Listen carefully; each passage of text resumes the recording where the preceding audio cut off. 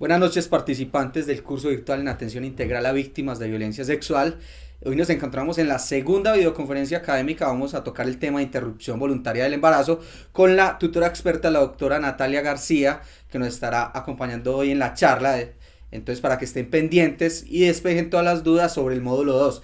Les recuerdo que el módulo 2 está finalizando el día de hoy. Hoy finalizamos este módulo. Entonces, participantes, si de pronto tienen actividades pendientes como es el foro y la evaluación para realizar, recuerden que una vez finalizada esta videoconferencia, la invitación es ingresar a la plataforma virtual y realizar aquellas actividades que tienen pendientes. Entonces, a continuación, voy a dar paso a esta videoconferencia del día de hoy, a la charla de la doctora Natalia García. Y ya no dando más preámbulos, porque el tema de hoy yo sé que genera polémica, va a estar bueno. Va a generar polémica y hoy los invitamos a resolver dudas y tenemos a la mejor tutora experta que nos va a ayudar a resolver esas dudas sobre interrupción voluntaria del embarazo. Doctora Natalia García, muy buenas tardes, gracias por aceptar esta invitación del día de hoy. Bueno, muy buenas tardes, muchísimas gracias. Para mí siempre es un honor, de hecho, estar participando en este curso. Ya llevamos varios cursos compartiendo con los participantes, más allá de una cuestión eminentemente magistral, es un diálogo, y es un diálogo importante porque de eso depende que podamos despejar las dudas, y nosotros como médicos quedemos, digamos, claros en la información para que también esa atención a las pacientes se haga de la mejor manera, partiendo precisamente de nuestra condición como seres humanos, y tal vez eso es una de las grandes ventajas. De todas maneras, pues el camino sigue y estaremos obviamente atentos a cualquier otra duda que se genere en el transcurso de sus profesiones y de sus atenciones, pero pues vuelvo y repito, para mí siempre es un placer estar acá participando en este curso que me parece de la mayor importancia. Perfecto, doctora. Ya tenemos creo que me están confirmando, más de 80 participantes conectados. Yo creo que ya podemos dar inicio a la videoconferencia del día de hoy. Perfecto, muy bien. Bueno, entonces, como todos sabemos, la temática con respecto a interrupción voluntaria del embarazo, pues es una temática que se viene trabajando, de hecho, aquí en la Universidad de Caldas, más o menos desde 2012 estamos haciendo varios proyectos con respecto a interrupción voluntaria del embarazo. Todo lo que tiene que ver con el tema de asesoría y educación, no solamente en el pregrado y en el posgrado, sino también con las instituciones que participan, y también con aquellos médicos generales, aquellos médicos rurales que van teniendo, digamos, dudas al respecto o que se les presentan situaciones particulares. Por eso, pues nos gusta hacer un abordaje un poquito general con el tema de interrupción voluntaria al embarazo. Si bien lo que nos compete en el día de hoy es la atención integral a víctimas de violencia sexual, vamos a tratar algunos aspectos que son importantes desde el punto de vista general. Como ustedes comprenderán, cada vez que hablamos de interrupción voluntaria del embarazo, el lenguaje, ¿cierto?, es bien importante porque se nos vienen muchísimas discusiones con lo que significa un embarazo que no es deseado, lo que significa la palabra homicidio, lo que significa el delito, lo que significa la maternidad, lo que significa la calidad de vida, el proyecto de vida, y todo lo que ustedes habrán escuchado con respecto a interrupción voluntaria del embarazo, que mueve tantos sentidos dentro del cuerpo médico, pero también dentro de la sociedad. Lo importante es que vamos a trabajar sobre algo que ustedes deben tener en cuenta, y es precisamente una palabra que están viendo allí en la diapositiva, que es la palabra decisión. ¿Cuál es el ítem aquí? ¿Cuál es el lío? ¿Cuál es la situación problemática? Muy probablemente para las personas que estamos en el área de la salud, pues vamos a tener unos códigos que son los códigos deontológicos, y ese código deontológico intrínsecamente pues establece que matar a alguien, ¿cierto?, está mal, porque matar es intrínsecamente incorrecto. Y tal vez esa es una de las discusiones bastante, digamos, que se dan en las diferentes circunstancias, situaciones, y básicamente lo que vamos a tratar de mirar es cómo ese tema de una decisión de un individuo, en este caso de esta mujer, de interrumpir su embarazo, pues entonces va a tener unas dinámicas constitucionales, es decir, la legislación, y unas dinámicas desde el punto de vista de la atención, es decir, de ese profesional de la salud que pues se va a enfrentar precisamente a esa mujer.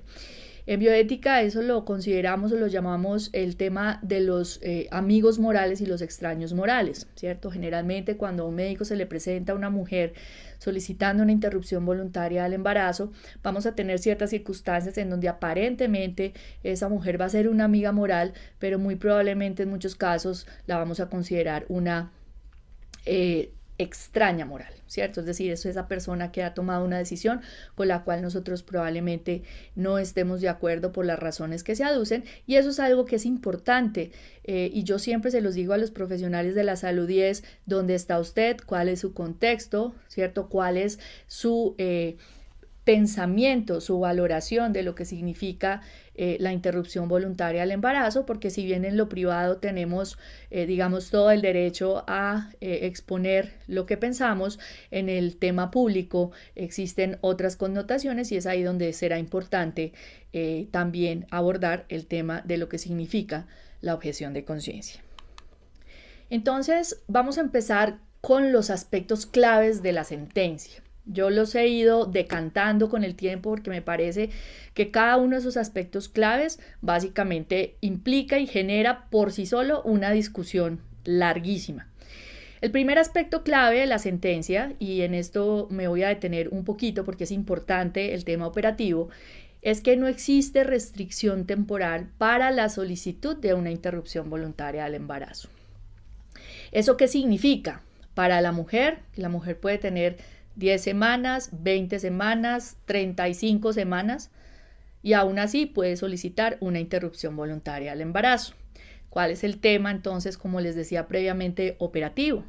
El tema operativo es que yo voy a tener unos niveles de atención, y esos niveles de atención pues obviamente también van a estar, digamos, en consonancia con lo que significa la prestación de ese servicio dependiendo de la edad gestacional de la paciente. Entonces, si estamos en un primer nivel de atención, es obvio que yo no voy a poder realizar una interrupción voluntaria del embarazo en una mujer con una gestación de 20 semanas, ¿cierto? Eso está absolutamente claro.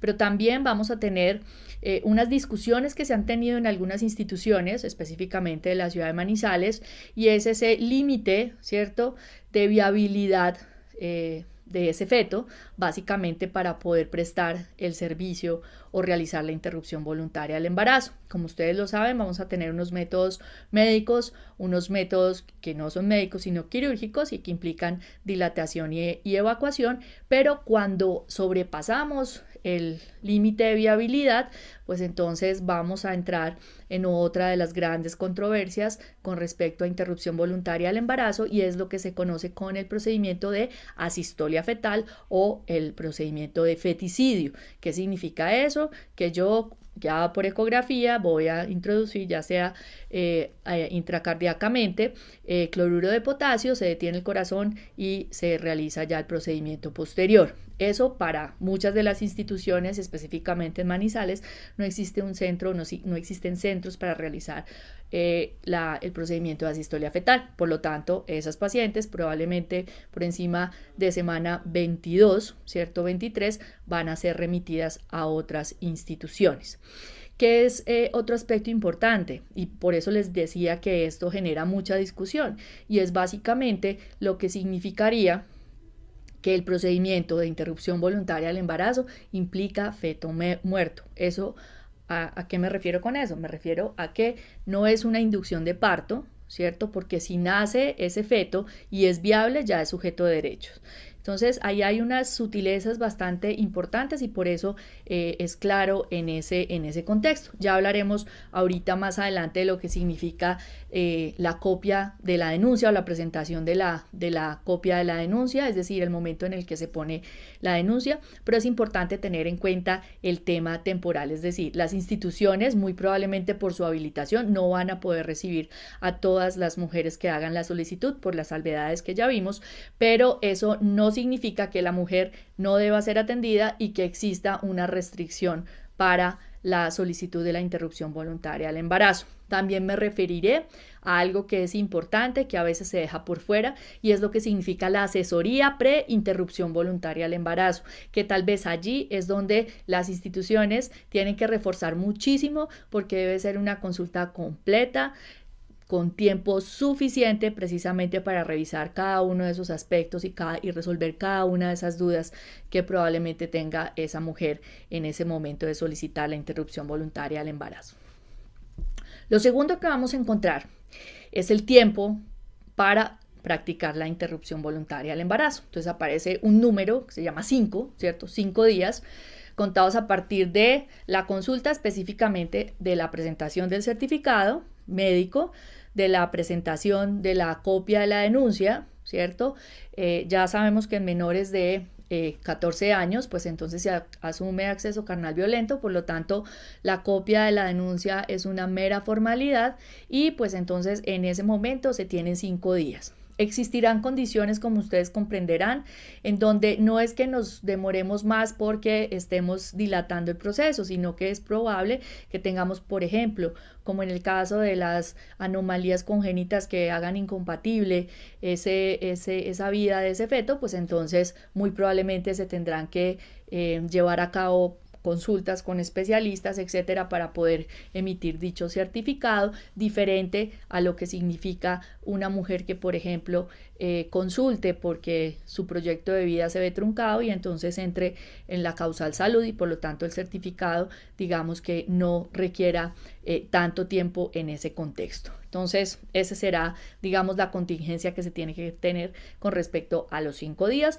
pero como les digo, cada caso es único y repetible y obviamente tendremos circunstancias particulares que no involucren barreras innecesarias para la atención de estas mujeres. Lo tercero, que también se ha discutido hasta la saciedad, es el tema de la objeción de conciencia. ¿Y por qué? Tal vez el hecho de la objeción de conciencia individual sea redundante, porque precisamente si bien está incluido en nuestra Constitución, la objeción de conciencia, ¿cierto? Es un acto de vida, ¿cierto? Es esa vida vivida, ¿cierto? Con ciertos valores, ¿cierto? Ciertas condiciones, ciertos afectos, cierto tema profesional, básicamente, y es un acto, ¿cierto? Que tiene que ser constante. Lo que se ha discutido muchísimo es si yo me pongo o me quito el tema de la objeción de conciencia o si yo un día digo soy objetor y mañana no, o no era y ya soy, ¿cierto? Es una cuestión básicamente individual. Pero dicho esto, ¿sí? Finalmente, la obligación de ese profesional de la salud, y eso está claro en la sentencia, es que el profesional no lo pueden obligar a realizar la interrupción voluntaria del embarazo y debe remitir a la paciente a otro profesional y garantizar que la remisión se lleve a cabo adecuadamente. Es decir, no es simplemente remitir y me desentendí de la paciente, hay que garantizar que a la paciente se le preste la atención. Eso es uno de los grandes problemas que han existido. Si ustedes tienen la oportunidad de revisar todas las tutelas, básicamente es porque en muchos casos el profesional remite, hace objeción de conciencia, pero finalmente a esa paciente no la atiende. Ya veremos que hay aspectos importantes en ese sentido y como siempre hemos discutido aquí, el tema de la objeción de conciencia casi que amerita una sesión completa precisamente para mirar esos mitos y leyendas con respecto a la objeción en el tema de la práctica, obviamente, de la medicina y lo que implica eso. Pero ¿cuál es el core? ¿Cuál es la discusión real? ¿Cierto? ¿Qué obligaciones tienen las entidades administradoras de los planes de beneficio, las IPS, las EPS, todo el tema o el sistema de red? Es básicamente que ellas son las que deben garantizar que en la institución por lo menos haya un objetor de conciencia y que por lo menos ese objetor de conciencia no reciba una sobrecarga precisamente por ser no objetor de conciencia, ¿cierto? Porque eso es una de las grandes discusiones que se tienen dentro de las instituciones. Entonces todos vamos a decir, vamos a objetores de conciencia, este no es objetora, entonces vamos a recargar básicamente esa atención de esas pacientes. Por eso las entidades deben tener, y esa es digamos una de las conclusiones, las redes establecidas y tienen que establecer, valga la redundancia, las rutas de atención donde todo el mundo sepa cuál es su función sin necesidad de que exista un recargo en los profesionales de la salud que son no objetores, porque como ustedes les pasará probablemente a ustedes mismos o dentro de las instituciones, ustedes serán objetores de conciencia o conocerán otras personas que son objetoras de conciencia y entonces estas dinámicas a veces se vuelven complicados. Lo que es importante es que la objeción nunca va a ser institucional, ¿cierto? Nunca puede ser institucional. De hecho, pues ahora hay algunas solicitudes, ¿sí?, de leyes que establezcan que sí se puede hacer objeción de conciencia institucional, pero hasta el momento eso no es posible porque además iría, ¿cierto? Sería casi que inconstitucional que algo que es personal se vuelva institucional, si bien la argumentación que dan es que las instituciones están conformadas por personas. Pero entonces eso será un aspecto bien importante allí. Recordemos entonces las causales. Me voy a tomar 2 minutos para contarles un poquito el tema legislativo con respecto a la Corte y básicamente el tema de aborto estaba o está incluido en el Código Penal, ¿cierto? Artículos 122, 123 y 124. Lo que cambia aquí es básicamente que en ese momento había una atenuación de la pena si un médico practicaba un aborto y una mujer se sometía precisamente a la práctica de esto. Lo que hace la sentencia, ¿cierto? A partir del 2006, esta sentencia que es la C355, es establecer una despenalización básicamente de esos artículos en esas causales que son las causales, digamos, o que fueron las causales de atenuación en el Código Penal. Lo importante es que la Corte, desde el punto de vista de la discusión bioética, establece: yo defiendo 100% el feto del embrión o defiendo 100% a esa mujer, ¿cierto? Esa autonomía materna. Entonces está claro que el Estado está obligado a la protección del no nacido, o sea, del nascituros. Estamos hablando específicamente del tema legislativo, y la que tiene derecho a la vida, a la salud, en este caso la salud sexual y reproductiva, es la mujer. Entonces, cuando entramos en esa controversia, pues entramos en un punto medio. Entonces, cuando se despenaliza, como están viendo en la primera causal, la causal salud, que es amplísima, también otro motivo de otra sesión completa. Cuando estamos hablando de salud física, mental, incluimos también el tema social, porque finalmente la salud, ¿cierto?, no es eminentemente la mera ausencia de enfermedad, sino que implica todo ese componente biopsicosocial. Yo a la mujer no la puedo dividir por la mente, por el físico y por el tema social. Entonces esta es tal vez una de las que más controversia genera, ¿cierto?, más, digamos, discusión genera, y esta pues debe ser certificada por un médico o por un psicólogo, el psicólogo específicamente en el tema de salud mental, el resto un médico general, que esto también es muy importante. En la segunda causal vamos a encontrar una malformación grave que haga inviable ese feto, ¿cierto? Por lo tanto, es probable que esa certificación médica no sea por un médico general, sino por un médico especialista después de haber certificado básicamente el tema de inviabilidad. Y la tercera causal, que es la que nos compete a nosotros en este curso, que es acceso carnal o acto sexual sin consentimiento. Existen otros casos que son más exóticos, que es la inseminación artificial o transferencia de óvulo fecundado sin autorización o no consentido, pero pues esas son rarísimas, no son muy frecuentes, y pues obviamente también lo que tiene que ver con el incesto. Aquí entonces vamos a tener que ustedes probablemente, cuando están leyendo cada una de esas causales, van a tener una movilización de sentidos, ¿cierto?, en donde muy probablemente vayan a estar o no, ¿cierto?, en consonancia con esas causales. Ya vamos a ver que muy probablemente el tema del acceso carnal violento genere un movimiento de sentido más más probable hacia el tema de interrupción voluntaria del embarazo que lo que probablemente lo haga el tema del proyecto de vida. Sin embargo, es importante que ustedes vayan haciendo esa reflexión y que vayan mirando precisamente la complejidad, porque este tema es bastante complejo precisamente por nuestros códigos deontológicos en ese sentido. Entonces, como ya lo vimos, esa primera causal es cuando la continuación del embarazo constituya peligro para la vida o la salud de la mujer certificada por un médico. En este tema de la causal salud, como ya les había comentado, pues entonces vamos a tener unos aspectos procedimentales que son importantes. El tema de la afectación de la salud mental, social y física tiene también unas salvedades, lo que significa riesgo para, ¿cierto? Riesgo posible, riesgo probable, etcétera, etcétera.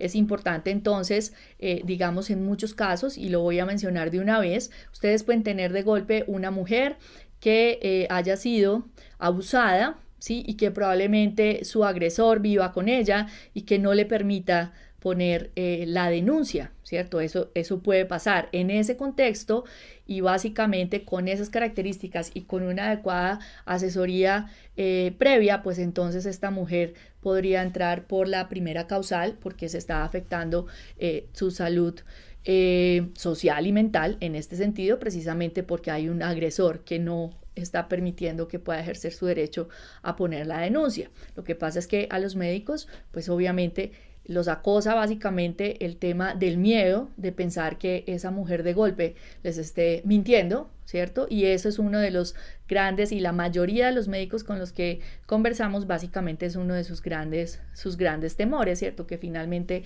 no estén diciendo la verdad, y eso parte entonces de que estamos diciendo que esa mujer de mala fe va a ir a decir esa información. Sabemos en Colombia que la buena fe se presume, la mala se demuestra, y en este caso, en una situación tan compleja como es el llegar a solicitar una interrupción voluntaria al embarazo, ¿cierto? Habría que ponerse también en los zapatos de esa mujer si realmente esa es la circunstancia. Entonces, esa es, digamos, una reflexión que siempre hacemos a este respecto. Lo otro que es importante para los médicos es reconocer que si les llega un certificado de un psicólogo sobre causal salud mental, ese certificado es válido, ¿cierto? Y por lo tanto se abre todo ese tiempo donde se hace su historia clínica, toda la asesoría, etcétera, y ya se procede a la realización de la interrupción voluntaria del embarazo.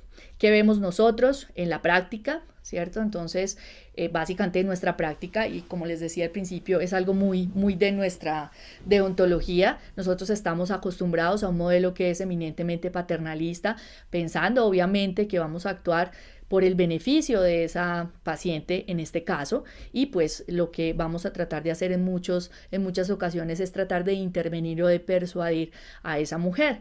La obligación que tenemos en este caso, de acuerdo a lo que está estipulado en la sentencia, es básicamente que nuestra obligación es asesorar, ¿cierto? Asesorar sobre todas las posibilidades de decisiones sobre ese embarazo, incluida la interrupción voluntaria del embarazo.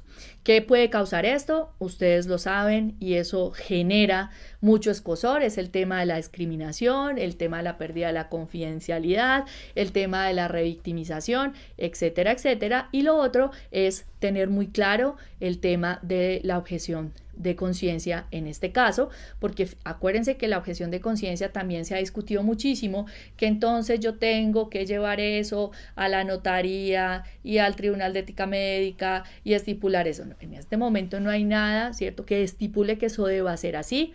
Finalmente va a haber una dinámica entre aquellos funcionarios que están en las instituciones y son objetores de conciencia. En el momento en que ocurre la atención, pues la objeción de conciencia debe quedar consignada en la historia clínica, pero lo importante, y vuelvo y les repito, esto es supremamente importante, es que se debe garantizar la remisión de esa paciente a otro profesional que realice la interrupción voluntaria del embarazo. Vuelvo a nota de página.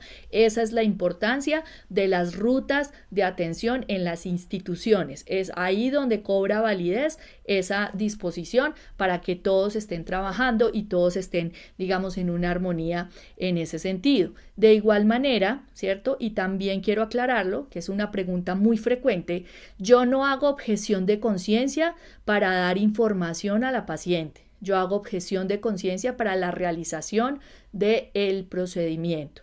Mi obligación como médico es asesorar, por lo tanto yo debo asesorar a esa mujer en todas las posibilidades, pero yo no puedo hacer objeción de conciencia para asesorarla.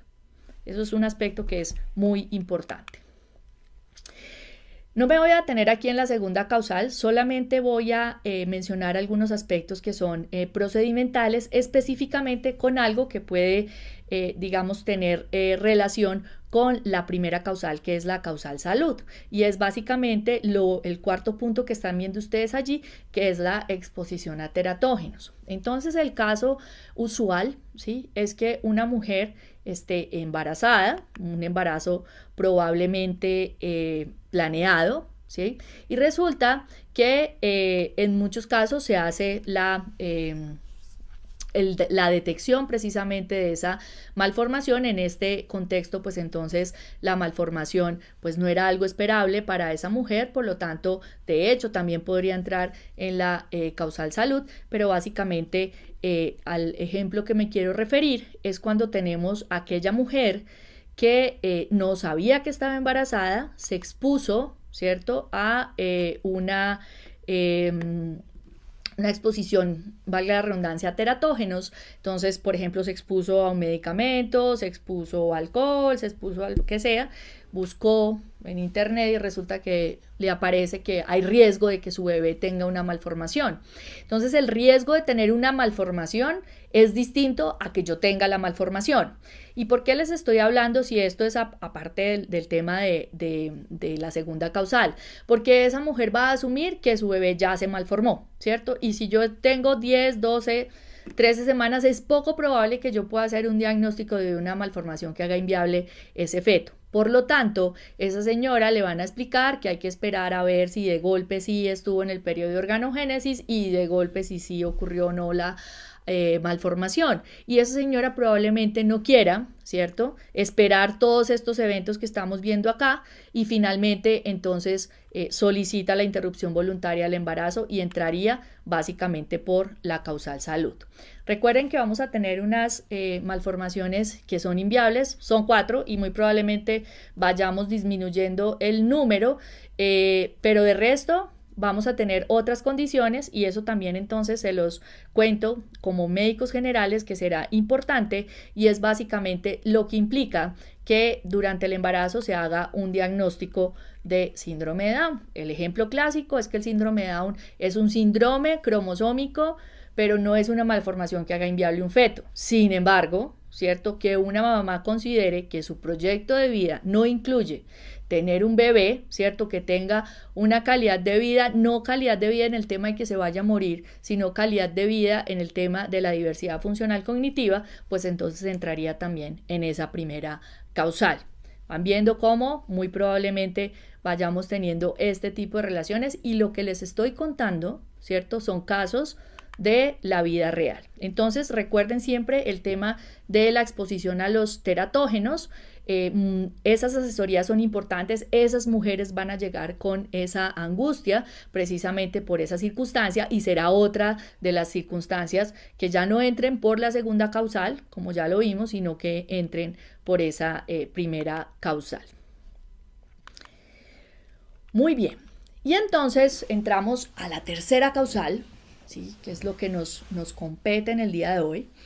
Y esa tercera causal, como les digo, también hay una movilización de sentimientos bien interesante, precisamente porque vamos a tener una situación particular a la cual esa mujer realmente, ¿cierto?, no lo veía venir, fue una situación, digamos, súbita, y en este contexto entonces también aparecen unos aspectos procedimentales que son vitales, y lo que les voy a contar a continuación son resúmenes de las tutelas, ¿cierto?, que se han puesto al respecto de esta tercera causal.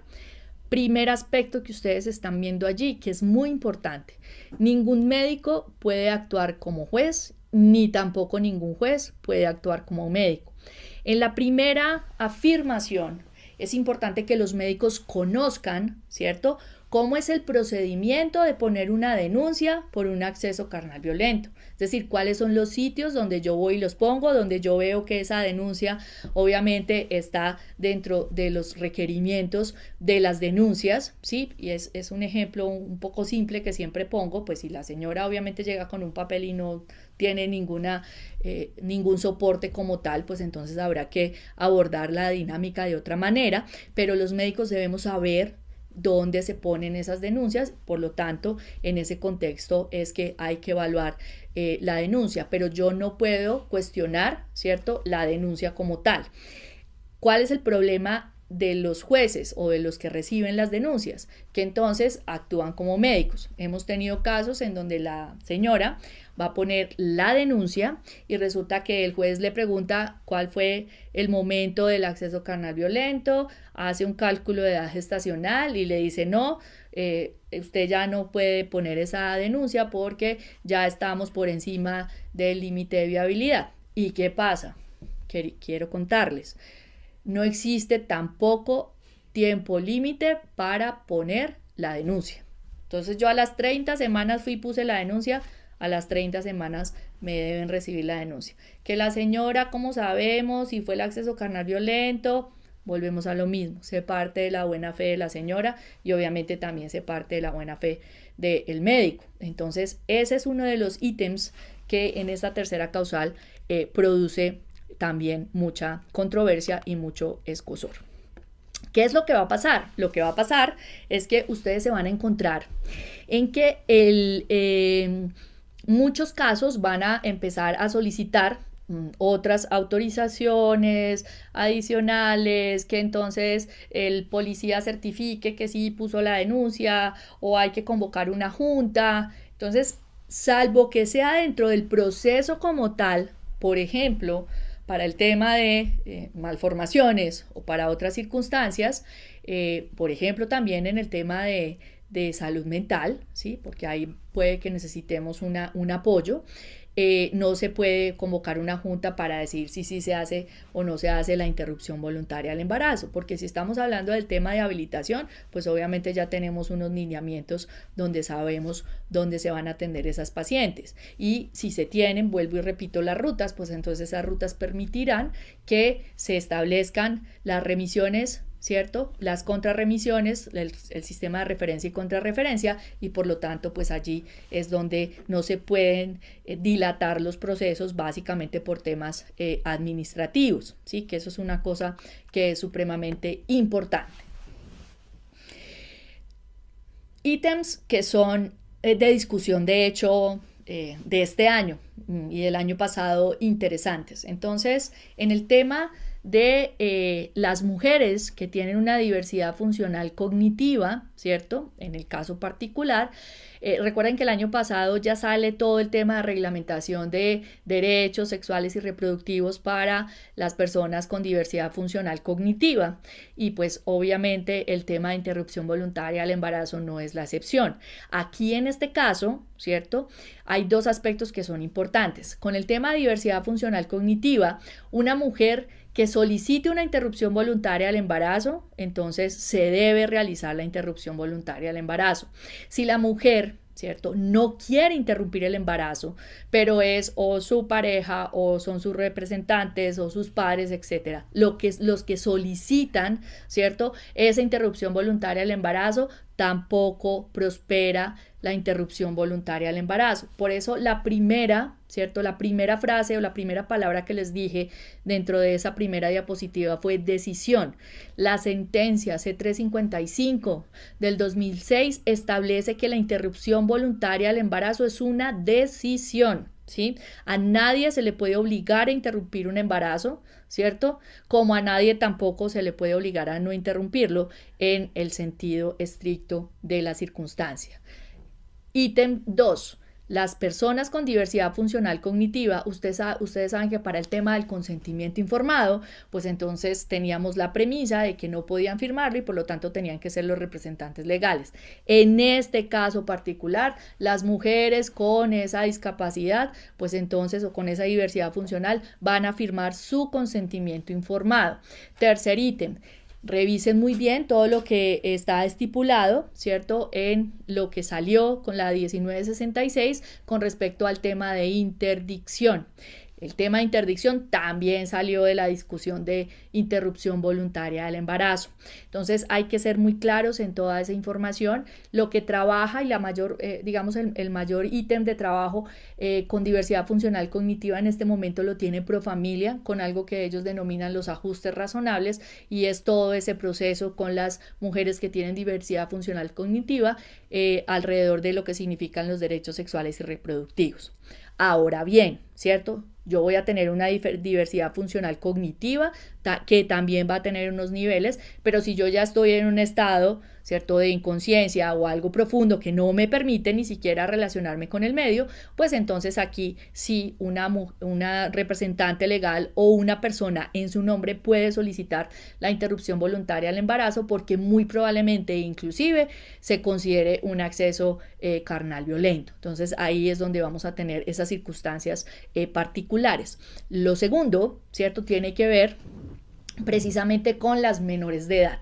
Entonces vamos a tener de los 14 a los 18 el mismo ítem con respecto al consentimiento informado, el mismo ítem con respecto a la denuncia, ¿cierto? Entonces de los 14 a las 18 ponemos la denuncia, firmamos el consentimiento informado, o sea, aquí no vale que entonces es menor de edad, por lo tanto lo tienen que firmar los representantes legales. No es así, en la sentencia C355 no es así, ¿cierto? Y eso es también motivo de discusión, pero la menor de 14 años se considera que es un acceso carnal violento y también se va, digamos, a llegar precisamente, digámoslo de esta manera, a ese ajuste razonable con esa menor de 14 años, con el entendimiento de lo que significan sus derechos sexuales y reproductivos, y obviamente, pues si sus representantes legales también están de acuerdo, pues no hay lío que todos firmen el consentimiento, pero si no están de acuerdo, se prevalecerá, digamos, el derecho de esa menor de 14 años. Eso es lo que está contenido en la sentencia como tal y lo que está contenido con respecto a esta tercera causal. Entonces, tal vez uno de los aspectos importantes cuando hacemos estos cursos es dejar precisamente las inquietudes en las instituciones de aquellas personas que tienen contacto o que tendrán contacto en algún momento con aquellas mujeres que soliciten la interrupción voluntaria del embarazo. Uno, pues será en efecto el tema de las rutas, que ya hablaremos un poquito más adelante, pero la consulta médica inicial y la asesoría pre-interrupción voluntaria del embarazo, como se los dije ahorita hace algunos minutos, es tal vez lo más importante y lo que se debe reforzar dentro de los equipos médicos, ¿cierto? Tal vez si tenemos esto establecido, esa mujer va a encontrar ese espacio con un tiempo adecuado para mirar todas sus opciones y finalmente tomar una decisión. En otros países funciona que a la mujer le dan la información, la mujer va y después vuelve. Aquí en Colombia, digamos, no es lo usual. Muy probablemente si esa mujer sintió que no la asesoraron adecuadamente o que le pusieron barreras, pues no vuelva a la institución y utilice otros mecanismos, y es tal vez lo que muchas personas no desean, pero también es el procedimiento de lo que es el consentimiento informado, la explicación de lo que significa la interrupción de acuerdo a esa edad gestacional, cómo se va a hacer, cuál va a ser el procedimiento, ¿cierto? Y manejos integrales entonces implican cosas tan simples como el manejo del dolor. Tal vez ustedes van a escuchar muchas, digamos, posiciones en donde entonces van a tener este tema en que entonces la IVE es traumática, va a tener una serie de complejidades. Por supuesto, solicitar una interrupción voluntaria al embarazo es algo supremamente complejo para esa mujer, o sea, no es algo sencillo, pero la idea es que si tenemos precisamente esos servicios amigables, pues garanticemos que esa señora por lo menos no tenga dolor, y porque el dolor tal vez es una de las cosas que más molesta en este tipo de procedimientos, el abandono, digamos, de el personal de la salud, precisamente porque la discriminan. Ustedes ya han visto muchos casos en otras ciudades. Entonces la pregunta y la reflexión es básicamente cómo podemos hacer estos servicios de una forma que funcionen más, como desde el tema de la asesoría, del acompañamiento, para que esa mujer la decisión que tomó o que vaya a tomar con lo que tenga que ver con el embarazo, pues o sea, la mejor decisión para ella y esté acompañada. Entonces estará la intervención y obviamente deberemos garantizar el cuidado posterior y que esa mujer se adhiera precisamente al tema de servicios integrales. No podemos garantizar, ¿cierto? Pero deberíamos garantizar que esto sea un solo evento. Vamos a tener circunstancias, y ustedes no me van a creer, pero desde el punto de vista genético hemos tenido pacientes que han tenido su primer embarazo con una malformación inviable, se repite por temas de herencia, por lo tanto han hecho interrupciones voluntarias del embarazo 2 veces, ¿cierto? Entonces ahí es donde hay circunstancias que se salen de la norma, pero también vamos a ver aquellas situaciones en donde las mujeres pues no han sido adecuadamente asesoradas o tenemos otra condición subyacente que hace que precisamente no podamos realizar el procedimiento, y por eso ustedes están viendo allí lo que significa la consulta médica inicial. Yo debo hacer una historia clínica, yo debo mirar antecedentes de esa mujer, mirar antecedentes personales, patológicos, ginecológicos, etcétera, etcétera, porque yo como médico no estoy perdiendo mi función de médico, sino que estoy garantizando y asegurando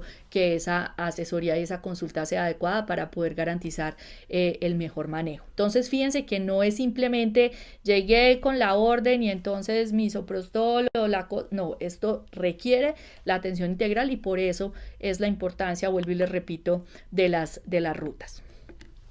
Las consideraciones importantes entonces, y vamos a ir ya un poquito más allá al tema, digamos, administrativo y operacional, que yo creo que es de la mayor importancia, es cómo nos articulamos desde el punto de vista administrativo con los equipos de trabajo, cómo comprendemos lo que son las condiciones de habilitación y las atenciones de estas mujeres, cómo garantizamos, ¿cierto?, que los médicos generales tengan la capacidad del manejo, ¿cierto?, de esa interrupción voluntaria del embarazo en primer nivel de atención. Ya veremos cómo eso cambia en segundo o en tercer nivel. Ustedes deben tener en cuenta que el Ministerio de Salud y Protección Social tiene unas guías supremamente bien constituidas y los invito, las pueden encontrar fácilmente en la red, y es todo lo que tienen que saber los médicos generales en ese primer nivel de atención, todos los procedimientos, inclusive ya ha incluido la mifepristona, que como ustedes saben ya se introdujo al país y que es algo que es importante, entonces conocer cómo funciona, a qué pueden acceder, etcétera, etcétera. El tema del tiempo del diagnóstico, el tema del tiempo de la presentación de la denuncia, vuelvo y les repito, y esto es anecdótico, porque no hay un tiempo, digamos, límite para poner la denuncia. Ustedes saben que las cortes, o la corte en este caso, toma los casos extremos, ¿sí? Y el caso extremo es de una mujer de Antioquia que estaba secuestrada por la guerrilla. Ella pues fue violada en múltiples ocasiones, quedó embarazada, ella se fugó de ese secuestro y lo primero que llegó fue a un hospital a solicitar la interrupción voluntaria del embarazo más o menos a las 30 semanas.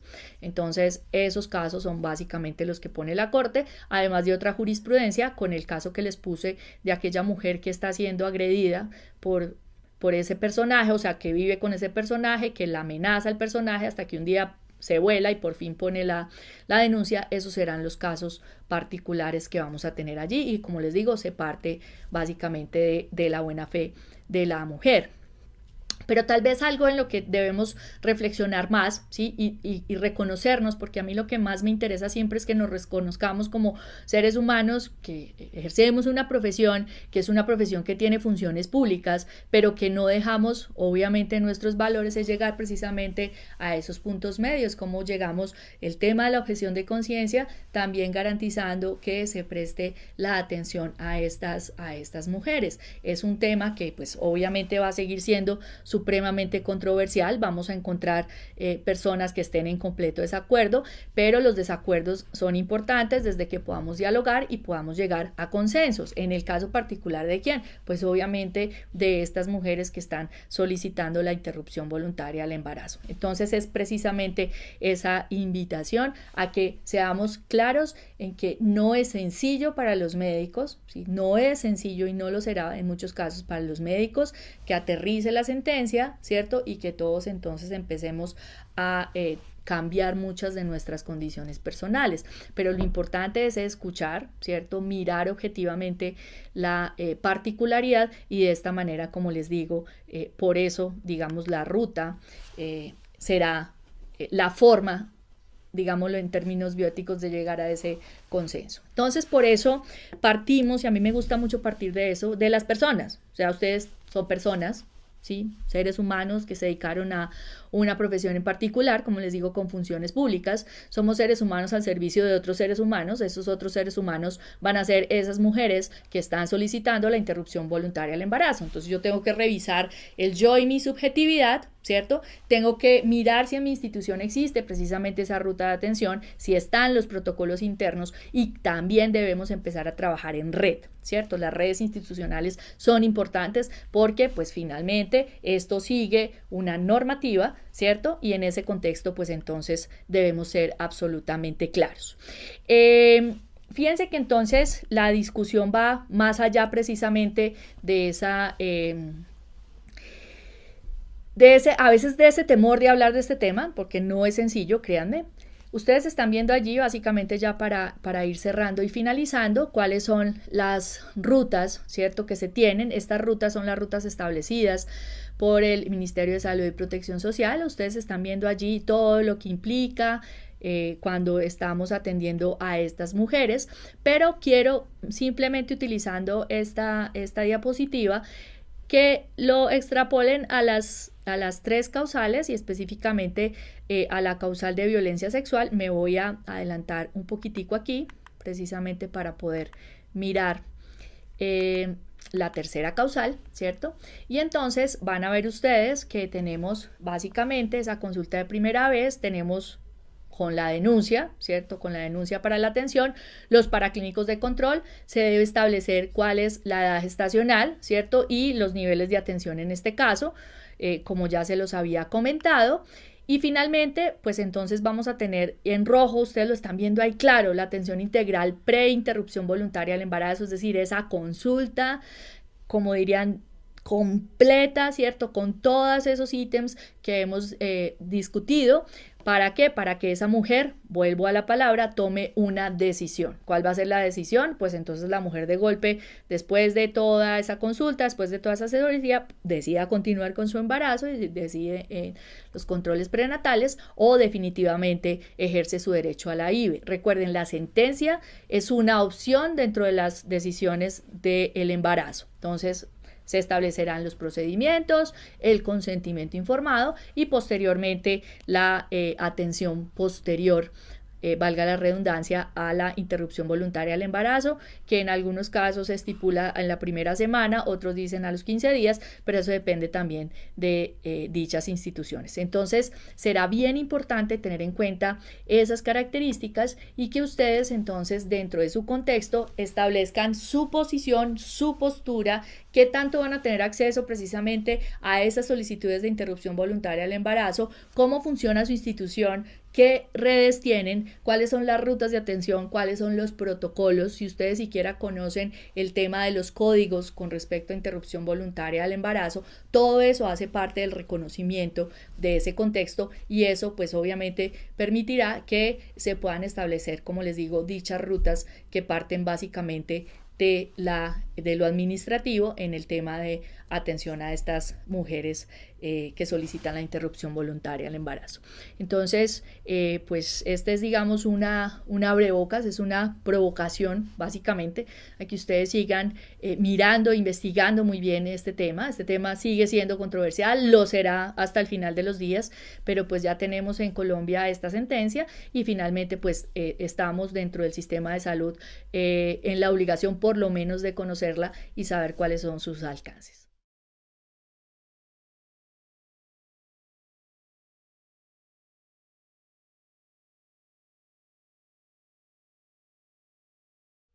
Bueno, participantes, de esta forma llegamos al final de la presentación de la doctora Natalia García sobre interrupción voluntaria del embarazo. Veo a través del chat que hay varias personas que han estado saludando a lo largo de esta transmisión el día de hoy. Por acá nos decían que no se escuchaba, creo que habían problemas en conexión a internet del área local, pero que ya fueron solucionados, y a partir de que se realizó la transmisión con la doctora Natalia García, se pudo volver a restablecer el audio por parte de ustedes. Espero que hayan resuelto algunas dudas que tenían con este tema de interrupción voluntaria del embarazo. Sé que es un tema que genera mucha polémica y que pues la invitación el día de hoy es que ustedes, si tienen alguna duda adicional, pues pueden escribirnos al foro de apoyo o pueden escribirnos al correo de soporte.desalud@caldas.edu.co, dando a conocer esta duda, y nosotros la enviaremos a la tutora experta, en este caso la doctora Natalia García, que es la referente en esta temática desde la Universidad de Caldas. Entonces, esa es la invitación el día de hoy. Además de la invitación de realizar las actividades que tienen pendientes del módulo 2, cierra el día de hoy. Recuerden que los módulos son cerrados por la plataforma y no permite habilitarlos nuevamente. Entonces, por eso, participantes, es la insistencia de que realicen las actividades. El foro también es calificable, tiene un porcentaje de calificación. Entonces, para que no se confíen en no presentar estos foros. Pues ya no queda más que despedirme, sin antes anunciar que la próxima semana no tendremos web conference, pero estaremos enviando una grabación que hizo la doctora, en este caso Magdalena Villegas, sobre estos pasos de atención integral a las víctimas de violencia sexual. Lo estaremos enviando al correo electrónico. Entonces vuelvo y reitero esta información: próximo jueves no tendremos web conference, próximo jueves 21 de noviembre no tendremos esta web conference, pero sí tendremos pues el envío de la grabación con la doctora Magdalena Villegas, para que ustedes estén atentos al correo electrónico. Bueno, participantes, con esto ya me despido el día de hoy. Mi nombre es Germán González Lien, en Coordinación Académica de Telesalud Universidad de Caldas, y nos estaremos viendo dentro de 15 días con esta herramienta de web conference y además en la plataforma virtual. Aprovechen este fin de semana para ingresar y ya realizar las actividades del módulo 3. Muchas gracias por su asistencia y pues no queda más que desearles a ustedes un feliz resto de semana.